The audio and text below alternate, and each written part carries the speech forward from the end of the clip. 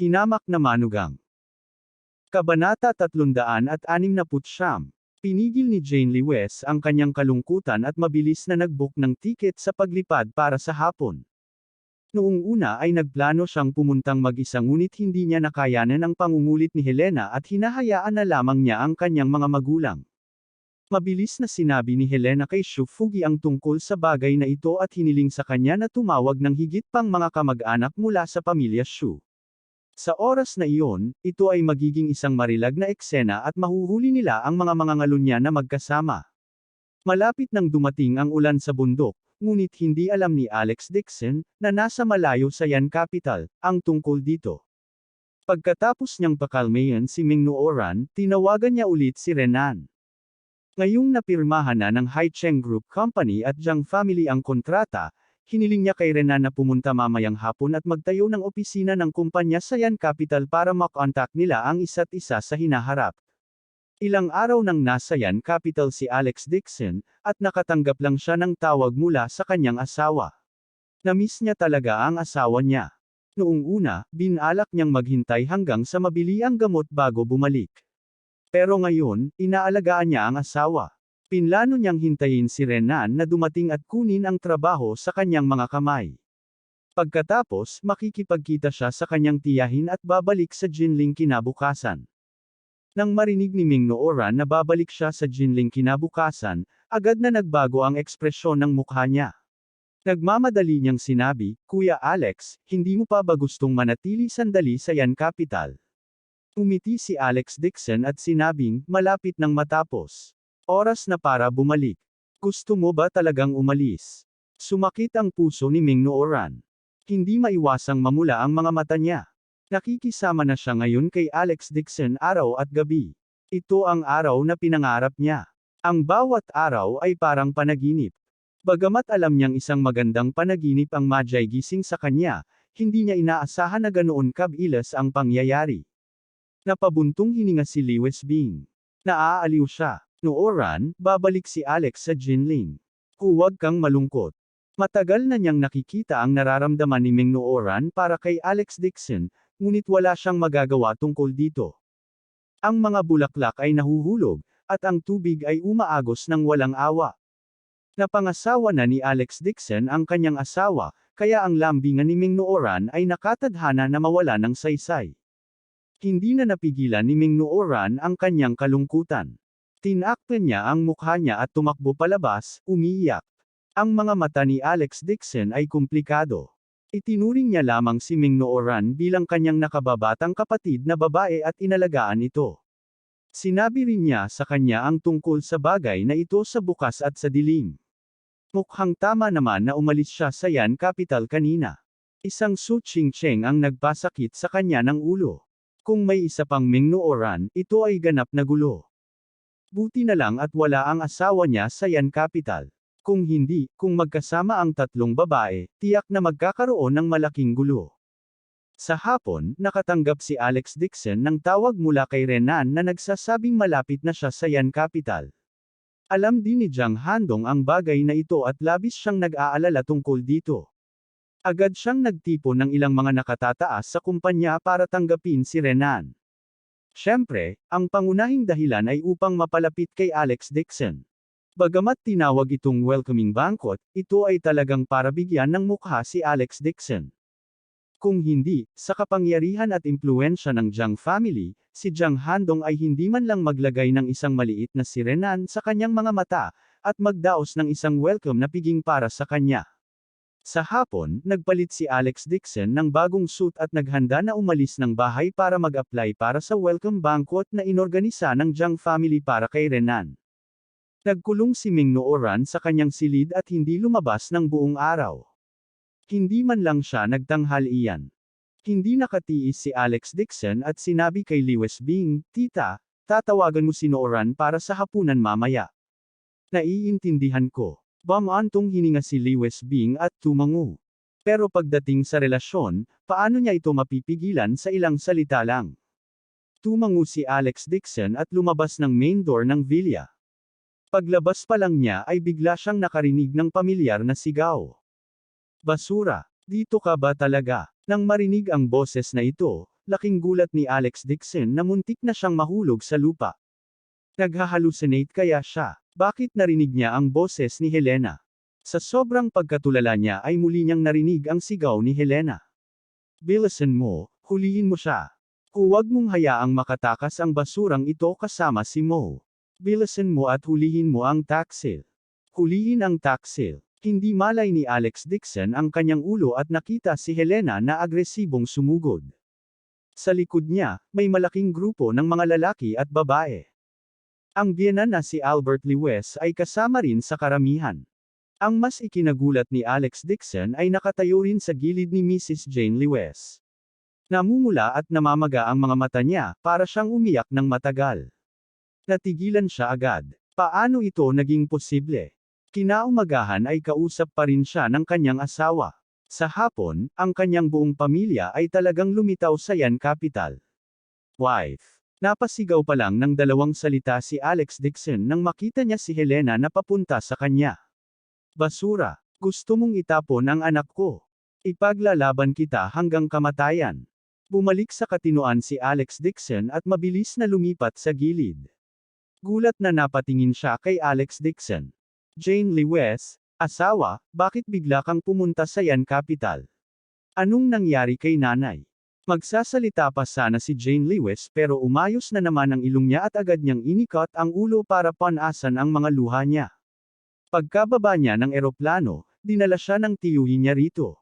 Pagtingin sa marangyang villa sa kanyang harapan, hindi makapaniwala si Jane Lewis hanggang sa hinailan ng kanyang tiyuhin ng isang security guard at tinanong, ang may-ari ng bahay ay si Alex Dixon at siya ay nakatira sa isang dalaga. Noon lang siya lubusang naniwala. Nang makita si Alex Dixon na lumabas ng pinto gamit ang sarili niyang mga mata, hindi matanggap ni Jane Lewis ang katotohanan ito at tumulo ang mga luha. Tumama ang ulo ni Helena sa hangin at agad na hinawakan ang suit ni Alex Dixon gamit ang kanyang backhand at baliw na pinunit ito. Shameless ingrate. You want to dump my daughter after making a fortune. You want to divorce Jane. Dream on. Kung hindi kita balatan ngayon, hindi siya ang apelyido ko. Ma, anong sabi mo? Natarante si Alex Dixon.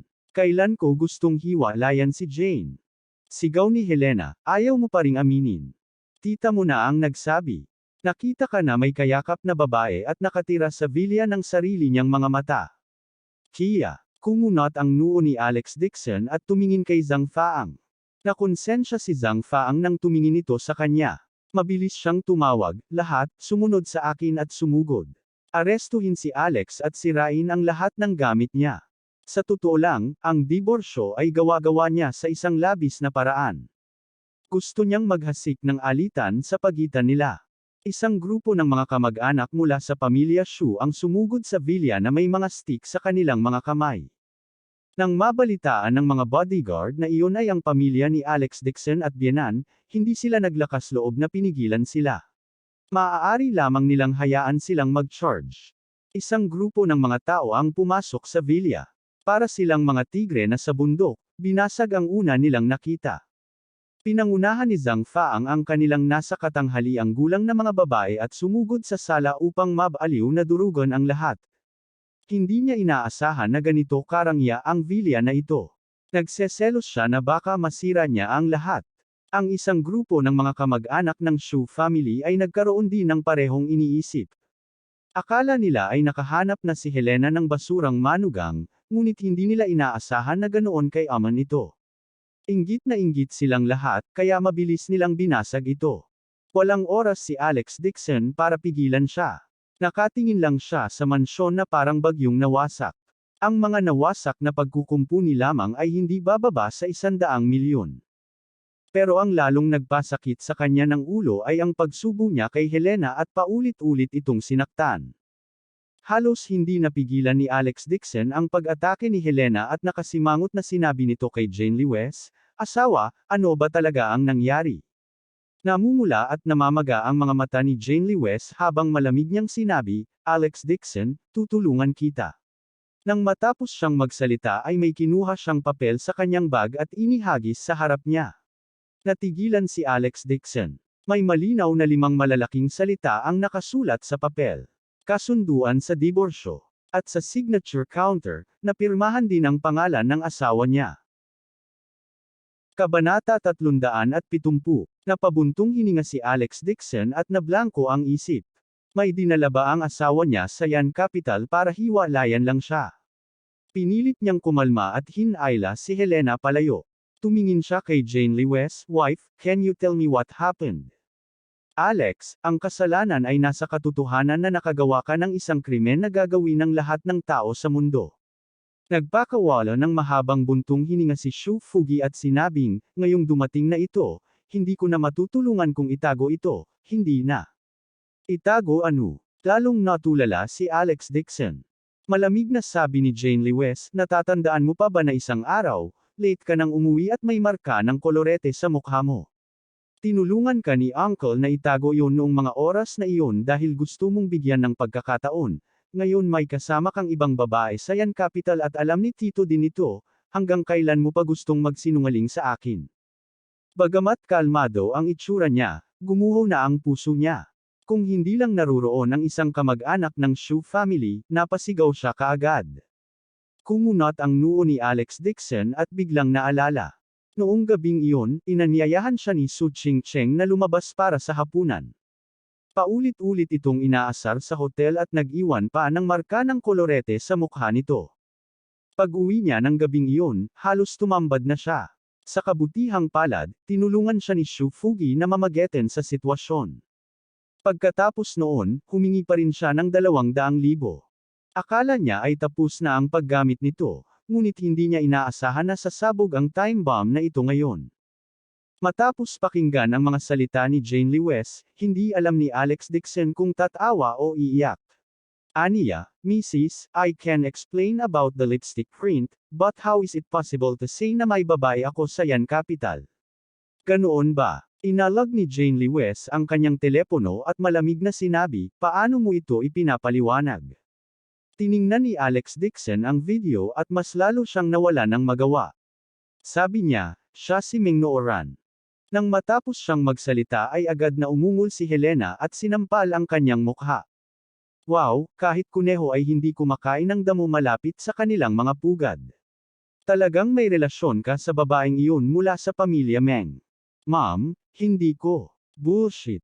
No wonder that girl from the Meng family tumangging to marry Mark Lewes. Yun pala sinusundan ka niya. Malamang matagal na kayong nagkasama sa Jinling." Sigaw ni Helena sa taas, ng kanyang mga baga, at gustong sumugod at sampilan si Alex Dixon. Nanlamig ang mukha ni Alex Dixon. Hinarang niya si Helena at malamig na sinabi, "I said no, but no. Kung may maglalakas loob na magsalita ulit, huwag mo akong sisihin sa pagiging impolite." Naabot na niya ang limitasyon ng kanyang pasensya sa grupong ito ng mga kamag-anak ng Shu family. Kung hindi dahil sa mga taong ito na nagpapaypay ng apoy, paano sila napunta sa ganitong yugto? Sa sandaling ito, narinig ni Lewes Bing ang kaguluhan at nagmamadaling lumabas ng panloob na patio. "Ano yon?" Bago niya matapos ang kanyang mga salita, biglang sumigaw si Zhang Faang at ibinato ang kanyang stick sa kanya ng marahas. "Lahat not aman mo." Isang grupo ng mga kamag-anak ng Shu family ang agad na sumugod ng agresibo. Hindi malinaw na nakita ni Helena ang hitsura ni Lewes Bing at galit na sumigaw, "Alex Dixon, hindi ko inaasahan na makikitulog ka sa ganoong matandang babae. Mawala ka." Hinayla ni Alex Dixon si Helena at sumugod sa looban na may malungkot na mukha. Sinampal niya ang mukha ni Zhang Faang at pinrotektahan si Lewes Bing sa likod niya. "Naglakas loob kang saktan ang asawa ko." Agad na nagalit si Shu Fugi at sumugod kay Alex Dixon. Sa sandaling ito, biglang sumigaw si Albert Lewes, "Tumigil ka. Baliw ka ba? Palapitin mo ako at bugbugin itong si Alex hanggang mamatay." Saway ni Helena. Itinulak siya ni Albert Lewes palayo at humakbang papunta sa gilid ni Lewes Bing. Pulang-pula ang mukha niyang sumigaw, "Pinsan, hindi ka naman nasaktan di ba?" Napaungol si Helena, "Alex Dixon, ikaw ay masama, ang lakas ng loob mong mag-incest. Nagkaroon ka pa ng mga auntie." "Helena, itikam mo'y ang bibig mo buset ka." Hindi na nakatiis si Alex Dixon at sumigaw. Galit na galit si Albert Lewes kaya sinisigawan niya si Helena, "Can you grow some brains? Magtanong ng malinaw bago magtanong. Gulat na gulat pa rin si Lewis Bean. Sa kaguluhan, nakatanggap siya ng ilang sampal at halos maparalisa sa lupa. Sa oras na ito, nabawi ni Jane Lewis ang kanyang sentido at agad na nagpatuloy upang hilain si Helena. Mom, calm down. Si Tita Bing ito. Kinayla siya ni Helena at saka lang siya nakabawi sa kanyang kabaliwan pero hindi pa rin siya kumbinsido habang sumisigaw, who cares who she is? Anyways, if Alex Dixon does not explain clearly today, I will not let him off. Ang magandang villa ay dinurog na ng isang grupo ng mga kamag-anak ng Shu family. Nagalit at walang magawa si Lewis Bean. Hindi niya inaasahan na magiging hindi makatwiran ang asawa ng pinsan na si Helena. Tumayo siya sa patio at sinabi sa kanila ang tungkol sa pamilya Meng, ngunit itinago ang paggamit ng bath center. Pagkatapos makinig sa kanya, biglang natahimik si Helena at nagkasala, bakit hindi mo sinabi kanina? Malungkot na sabi ni Alex Dixon, sinabi mo ba sa akin na gusto mong pumunta sa Yan Capital? Anong sakuna? Hindi niya akalain na dahil iyon sa tiyahin niya. Sa isang pangungusap lang, talagang kinatay na ng pamilya ng kanyang biyenan ang daan patungo sa Yan Capital. Kung tutuusin sa kasalukuyang sitwasyon, tila narito sila para hulihin ang salarin. Si Albert Lewis ay labis ding nagalit.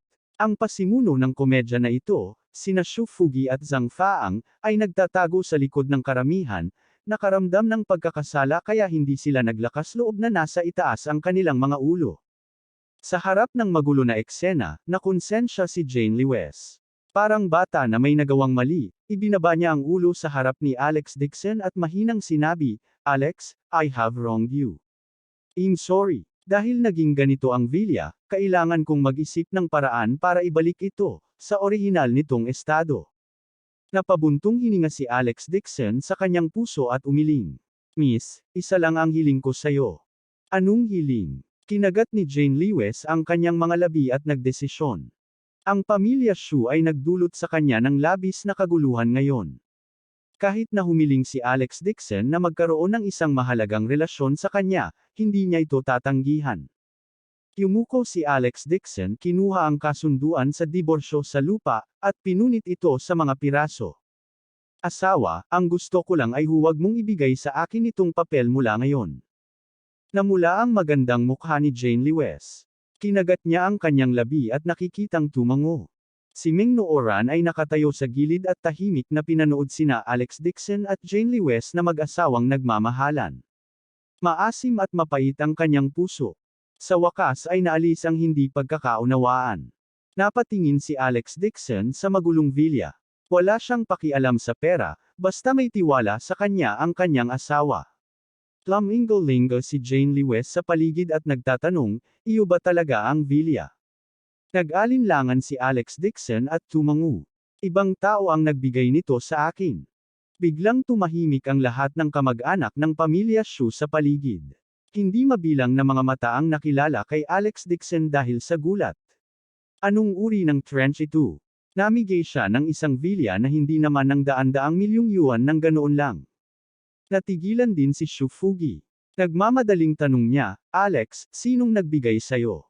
Bakit ang bigay mo? Magsasalita na sana si Alex Dixon nang sumimangot si Helena na nakatayo sa tabi niya.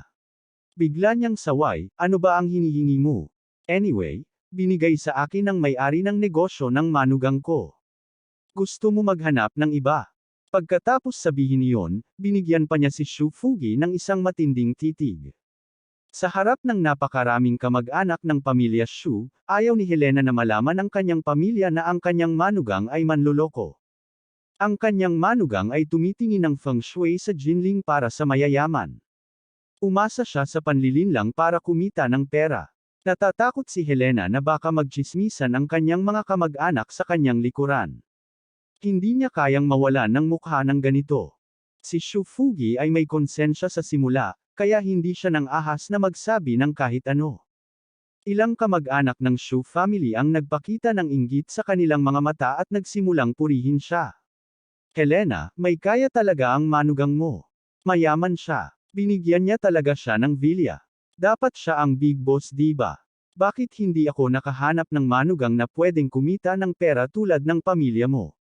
Na-flatter si Helena ngunit nang maisip niya ang pinagmulan ng Villa, agad niyang sinabing malungkot, sino siya sa palagay niya. Umaasa lang siya sa kanyang bibig. Lahat ito ay dahil sa mukha ng ating Shu family. Kabanata 371. Pero biglang may malaking Villa. Ilang daang milyon ang itinapon mula sa langit. Natural na tuwang-tuwa si Helena. She boasted proudly, ito ang aking Villa. Lahat ay maaaring tumingin sa paligid. Huwag maging magalang. Hindi ka pa nakatira sa ganoong kamahal na Villa, hindi ba? Naiintindihan ko na hindi mo ito kakayanin sa iyong susunod. Buhay. Lahat, pumunta at pumili ng kwarto. Feel free to stay and enjoy my villa. Ha ha ha. Agad niyang itinuring ang villa ni Alex Dixon sa kanya. Ang pagpapakita ng lakas ni Helena ay nagdulot ng inggit at puot ng kanilang kamag-anak ng pamilya Shu. Ano ang binibilang nitong Helena? Sa pamilya Shu, hindi siya masyadong nakakapansin. Siya ay mahirap at kuripot. Hindi alam kung saan nanggaling ang kanyang kayamanan, ngunit talagang nakuha niya ang ganoong kalaking villa. Ang mga mata ni Zhang Faang ay namumula sa inggit, at siya ay labis na nagseselos. Sa likod nila, bigla niyang sinabi, haha, hindi niyo pa rin alam, di ba? Si Alex Dixon ay nanloloko sa Jinling. Kumita siya sa panloloko ng iba.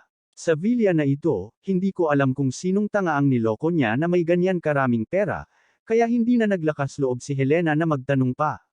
Baka isang araw mabawi ang villa. Nang mabalitaan nila na si Alex Dixon ay isang manloloko, ang mga kamag-anak ng Shu family na kanina lang ay nagseselos ay nagpakita ng disdain sa kanilang mga mata. Hindi nila akalain na scam pala talaga ang villa na ito. Higit pa rito, ang Alex Dixon na ito ay mukhang isang talentadong tao, ngunit siya ay talagang isang hamak na manloloko. Maaaring pakasalan ni Jane Lewis ang sinuman, ngunit talagang nagpakasal siya sa isang manloloko. Sa hinaharap, ang kanyang buong pamilya ay maaaring madamay ni Alex Dixon, at maaari pa siyang madala sa bilangguan. Ang ilang mga kamag-anak ay hindi man lang gustong mapalapit kay Helena upang maiwasang madamay.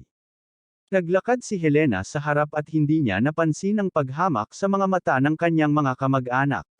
Ipinagmamalaki pa niya ang kanyang sarili.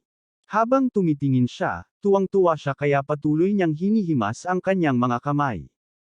Sa buong buhay niya ay hindi pa siya tumira sa ganoong karangyang villa. Nakita ni Helena ang isang marangyang kwarto at agad itong itinuro, I will live in that one. Mabilis na sinabi ni Lewis Bing, Helena, maaari kang magpalit ng iba. Doon nakatira si Nooran. Ito ang villa ng pamilya ko. Ako ang may-ari at siya ay bisita. Bakit ako magpapalit? Hindi nagpapigil si Helena at ipinakita ang estilo ng may-ari. Noong nakaraan, hawak niya ang pamilya Meng dahil mayaman ang pamilya Meng. Ngayong malapit ng malugi ang pamilya Meng, paano niya may lalagay si Meng Nooran sa kanyang mga mata? Payo ni Jane Lewis, Nay, babalik tayo sa Jinling bukas at dito tayo titira para manggulo kay Alex. Sa kabilang kwarto ka na. Bumalik ka. Umirap si Helena at agad na sumigaw, bumalik ka ano? Hindi naging madali para sa akin ang pumunta sa Yan Capital. Kailangan kong maglakbay ng maayos bago umalis. At saka, gusto kong manirahan sa isang magandang mansyon na tulad nito. Si Meng Nooran ay nahihiyang sumunod sa likuran at mabilis na naglakad pasulong. Malungkot niyang sinabi, Tita Shu, maaari kang manatili sa silid na ito. Ako, lilipat ako sa dormitoryo ng National Clinic. Bagamat malungkot siya, ayaw na niyang bigyan pa ng problema si Alex Dixon. Mas gugustuhin niyang umalis mag-isa. I should have stayed, confident na sabi ni Helena at sadyang nagpamalas sa harap ni Meng Nooran. Noong nakaraan, sinusubukan niyang pasayahin ang pamilya Meng, ngunit ngayon ay ang pamilya Meng na sinusubukang pasayahin siya. Mabilis na sinabi ni Jane Lewis, Nooran, nag-iisa ka ngayon at hindi ligtas na umalis. Huwag makinig sa aking ina. Manatili ka rito. Pagtapos, sinabi niya kay Helena, Nay, kung may mangyari kay Nooran sa labas, kaya mo bang pasanin ang responsibilidad? Ito. Ano ang kinalaman nito sa akin? Nakonsensya si Helena at hindi na naglakas loob na makipagtalo sa kanyang anak. Casual niyang itinuro ang pinto, sige. Ang maliit na silid na iyon sa pintuan, hayaan si Meng Nooran na manatili doon. Sabi ni Alex Dixon na may taimtim na mukha, iyan ang bahay ng aso. Itinuwid ni Helena ang kanyang leeg at sinabing, mabuti na lang at may matutuluyan. Ano ang pipiliin? Napagpasyahan na ganoon na lang. Ako ay mananatili sa silid. Ang natitirang silid ay magiging inilaan sa aking mga kamag-anak. Ang silid ni Lewis Bing ay inilaan kay Fugi. Si Lewis Bing ay mag-isa. Ang paglipat sa sari-saring silid ay tama lang. Malamig na sabi ni Alex Dixon, Helena, iyan capital ito. Wala kang desisyon. Bawal lumipat sa kwarto ni Nooran at ng kanyang tiyahin. Kung ayaw mo, bumalik ka sa Jinling ngayong gabi. Hindi ito sa Jinling, at ayaw din niyang bigyan ng kahit anong mukha si Helena. Hindi inaasahan ni Helena na ganoon kalakas ang loob ni Alex Dixon, at hindi na niya kinaya. Sa sobrang galit niya ay nagliliyab siya sa galit. She pointed at him and scolded, it's your fault. This is my villa. If you dare to point fingers at me again, I will bet you up. Subukan mo. Malamig na sabi ni Alex Dixon. Agad niyang tinawagan ang kanyang bodyguard at nag-utos, tingnan mo sila. Kung may masira muli sa villa, hilingin sa kanila na magbayad ayon sa presyo. Pagkasabi noon ay wala na siyang pasensya. Tumalikod siya at umalis.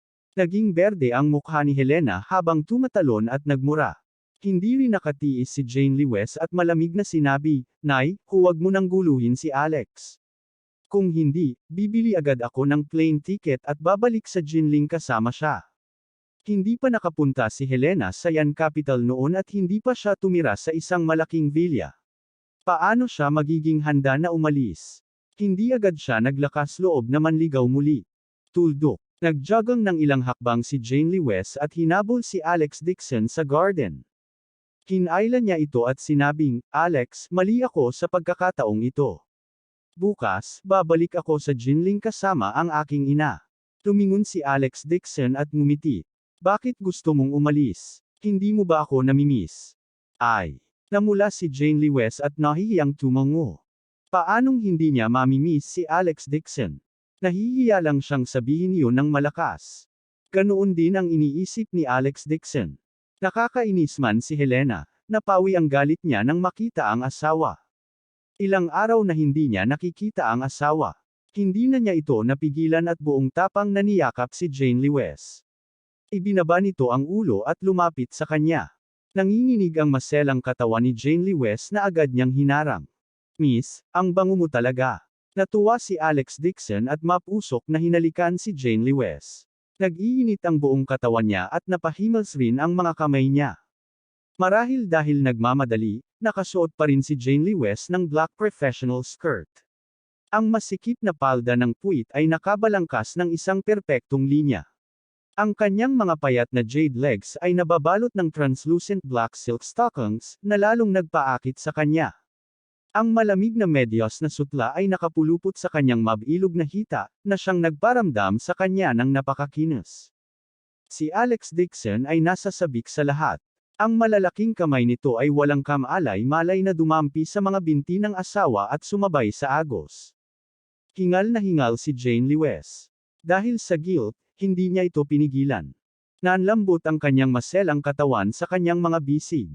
4 na taon na silang kasal ng dalawa. Ito ang unang pagkakataon na kumilos sila ng ganoon ka-intimate. Mabilis ang paghinga ni Alex Dixon. Kumukulo ang dugo niya. Napalunok siya sa kanyang lalamunan at natatawa. Mrs., gusto mo bang subukan ngayong gabi? Subukan mo. Subukan mo na ano? Tama iyan.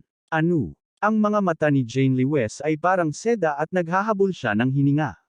Siya ay ganap na paralisado sa kanyang katawan at hindi man lang makatayo ng matatag. Nasira ang butones ng shirt niya at hindi niya ito napansin. Tumingin si Alex Dixon at agad na natuyo ang kanyang bibig. Hinalikan siya nito sa pisngi sabay ngiti ng pilyo. Hindi ba't lagi tayong inuudyukan ni tatay na magkaanak?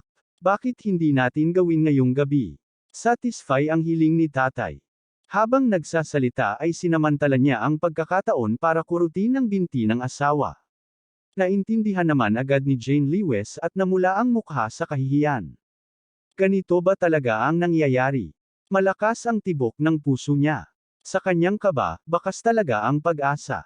Nag-alinlangan si Jane Lewes at mahinang sinabi na may pulang mukha, parang magiging napakasakit. Agad namang natuwa si Alex Dixon at agad na nagtanong, asawa, pumapayag ka na ba? This ay. Lalong nagpanik si Jane Lewes at sobrang pula ng mukha niya na umabot sa dulo ng leeg niya. Kabanata 372. Maya-maya lang ay may malakas na ingay na nagmumula sa kalsada. Pinangunahan ni Helena ang isang grupo ng mga kamag-anak at masayang pumunta sa hardin upang tingnan. Si Jane Lewes ay sobrang nahihiya na ang kanyang mukha ay namula na parang persimmon. Sa sobrang takot niya ay mabilis niyang itinulak si Alex Dixon at mabilis na sinabing, kalimutan mo na yan. Ngayong gabi, napakaraming kamag-anak ang mananatili sa villa. Kung may anumang kaguluhan, paano siya magkakaroon ng mukha upang makipagkita sa mga tao?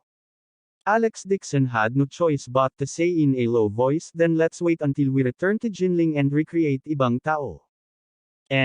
Napatango si Jane Lewes sa gulat. Nakahinga ng maluwag si Alex Dixon. Sa wakas, good mood na siya. Ang kanyang biyenan na naging sanhi ng kaguluhan sa Yan Capital ay sa halip ay nagpabuti ng kanyang relasyon sa kanyang asawa. Kapag natapos niya ang kanyang negosyo sa Yan Capital at bumalik sa Jinling, magagawa niyang yakapin ang kanyang asawa at matulog araw-araw. Gagawin niya ang lahat ng bagay na hindi niya nagawa sa nakalipas na 4 na taon. Lumapit si Helena kasama ang isang grupo ng mga kamag-anak. Nakita ni Albert Lewes ang 2 tao sa ilalim ng puno at mabilis na binati. Alex, Jane, you two should be here soon. Your uncle is hosting a welcome dinner tonight. He is treating us to a meal. Natigilan si Alex Dixon at nakasimangot. Napansin ni Jane Lewes ang kanyang kakaibang pag-uugali at sinabing may pag-iisip, Alex, kung mayroon kang gagawin, pagkatapos ay gawin mo ito. Tetango na sana si Alex Dixon ng kanyang ulo nang biglang lumakad si Helena ng agresibo at hindi nasisiyahang sinabi, ano ang maaaring mangyari sa kanyang basurang ito? Hindi naging madali para sa mga tiyuhin ng ating pamilya Shu na magsama-sama. Kailangan nating kainin ang pagkain na ito kahit na ano paman. Ano? Ang kanyang hindi makatwirang pag-uugali ay nakaramdam ng disgusto kay Alex Dixon sa kanyang puso. Malamig niyang sabi, kumain muna kayo. Nangako na ako sa iba na magdi-discuss ng business. Pupunta muna ako doon pagtapos susunod na ako sa inyo. Bago pa siya matapos magsalita ay biglang tumalon si Helena. Alex Dixon, anong ibig mong sabihin? Minamaliit mo ba ang Shu family ko, o minamaliit mo ang anak ko? Kung hindi mo man lang ako bibigyan ng mukha para kumain, baka may inaalagaan kang babae sa labas. Sabihin mo sa akin, nagyaya ka bang kumain ng isang babae? Nang marinig niya ang kanyang biyenan ay isang babae, agad namang sumakit ang ulo ni Alex Dixon. Naiinis siya kay Helena. Kung hindi lang siya ang biological mother ng asawa niya, nasample na niya ito. Upang hindi siya magdusa ng kanyang asawa, napigilan lamang ni Alex Dixon ang kanyang galit at sinabing, Nay, gusto ko talagang makipag-usap sa negosyo. Kumpiyansa na sinabi ni Helena, her. Kung wala kang multo sa puso mo, isama mo ang Shu family sa isang hapunan. Makakatipid iyan. Hindi nakaimik si Alex Dixon. Kung magdadala siya ng ilang tao sa hapunan, gagawa siya ng pabor ni Jiang Handong. Marahil ay bibigyan niya ng mukha si Alex Dixon at magalang na mag-book ng pribadong silid para sa pamilya Shu. Gayunpaman, si Helena ay hindi isang ordinaryong tao, manggugulo lang siya. Dagdag pa sa pamilya ng kanyang tiyuhin at tiyahin, ang ilang mga tao lamang ay maaaring baligtarin ang hapagkainan. Walang magawang sabi niya, Ma, hindi po ako pupunta sa hapunan. Sabay tayong kumain ni Tito at Tita. Iyon ay mas katulad nito. Helena ay tulad ng isang matagumpay na tandang. Mayabang na sabi niya, bayaran mo ang pagkain. Hanapin ang pinakamagandang restaurant sa Jing City at batiin ang tiyuhin ng Shu family. Nanay. Talagang hindi nakatiis si Jane Lewes at nagreklamo, ang villa na ito ay nagkapira-piraso. Kailangan pa itong i-renovate ni Alex. Pumunta siya sa Yan Capital para pag-usapan ang negosyo, kaya huwag mo na siyang patagilan. Isasama ko ang pamilya ko para kumain. Ako ang magbabayad ng pagkain. Paano ka makakabayad? Biglang nabalisa si Helena. Kinaila niya siya at sinabing, mahal ang kumain sa Yan Capital. Magkano ang halaga para sa napakaraming tao? Malaki ang gastos para pumunta sa Yan Capital. Kung hindi dahil sa pagpapalam sa amin ni Zhang Faang, gagawin namin hindi ako gumastos ng ganoong pag-aaksaya ng pera. Nang marinig ni Zhang Faang na binanggit siya, mabilis siyang nagtago sa likod ng mga tao. Natatakot na si Alex Dixon ay humihiling sa kanya na magbayad para sa pagsasaayos. Nakonsensya si Shu Fugi at mabilis na tumawa ng mahina at sinabing, sinabi ko na ako ang magiging host. I treat kita sa pagkain na ito. Paano ko hahayaan ang isang junior na magbayad para dito? I treat everyone to the best restaurant sa Jing City upang magkaroon ng masarap na pagkain. Nang mabalitaan niyang hindi ang anak na babae ang nagbayad, nakahinga ng maluwag si Helena, ngunit kumirat pa rin ang kanyang puso. Kung tutuusin, kapatid niya si Shu Fugi, pero iba si Alex Dixon. Hindi na siya makapaghintay na makita itong gumastos ng pera. Sa pangunguna ni Shu Fugi, umalis ang grupo sa villa at sumakay sa kotse para magmaneho papunta sa restaurant. Umupo si Helena sa likod ng sasakyan at pinagalitan si Alex Dixon sa pagiging kuripot. Hindi niya gustong gumastos ng pera para sa pagkain. Naiinggit ang ilang kamag-anak ng pamilya Shu. Nang marinig nilang palihim niyang pinagalitan ang kanyang manugang sa likuran, lahat sila ay tuwang-tuwa. Paano kung makakuha siya ng isa pang villa? Si Alex Dixon ay isa pa ring basura. Baka isang araw ay mahuli pa siyang manloloko. Pagkaraan ng ilang sandali, ang grupo ng mga tao ay nagmaneho patungo sa Ganjin Road. Sa magkabilang gilid ng kalsada, may mga hilera at hanay ng mga high-end na restaurant. Upang makapagbukas ng isang hotel sa lugar na ito ay hindi na isang pulgadang lupa, natural itong isang makapangyarihang 5-star hotel. Ang nakitang 5-star hotel ay tinawag na DJ Ang Hao Hotel. Ang dekorasyon ay walang katulad na maluho, at maaari itong tawaging isang first-class na hotel sa buong Yan Capital. Napasulyap lamang si Zhang Faang at agad na nakaramdam ng kirot sa kanyang puso. Nagreklamo siya kay Shu Fugi sa mahinang boses. Nababaliw ka na ba? Ang hotel ba na ito ay kayang-kaya nating kumain dito? Ang pinakamurang mesa ng mga pinggan ay hindi nang higit sa 10,000. Ang ilang mga kamag-anak mula sa pamilya Shu ay nasa mataas na espiritu, at lahat sila ay may mga ngiti sa kanilang mga mukha. Bagamat sila ay nasa Yan Capital, hindi sila masyadong maganda. Hindi pa sila nakakapunta sa ganoong klaseng hotel para kumain. Ngayon, si Shu Fugi ay nagbabayad ng maraming pera, at maaari rin silang kumain ng karne kasama niya. Ang mga kamag-anak ay masaya sa kanilang mga puso, at nagsimula rin silang suportahan si Shu Fugi. Helena, ang iyong nakababatang kapatid na si Fugi ay ang amo ng Yan Capital, at siya ay kumikita ng malaki. Sa Shu family, si Fugi lang ang may kakayahan. Fugi, hindi ko inaasahan na ganoon kakakayaman. Siguradong 10 milyon ang kinita mo ngayong taon.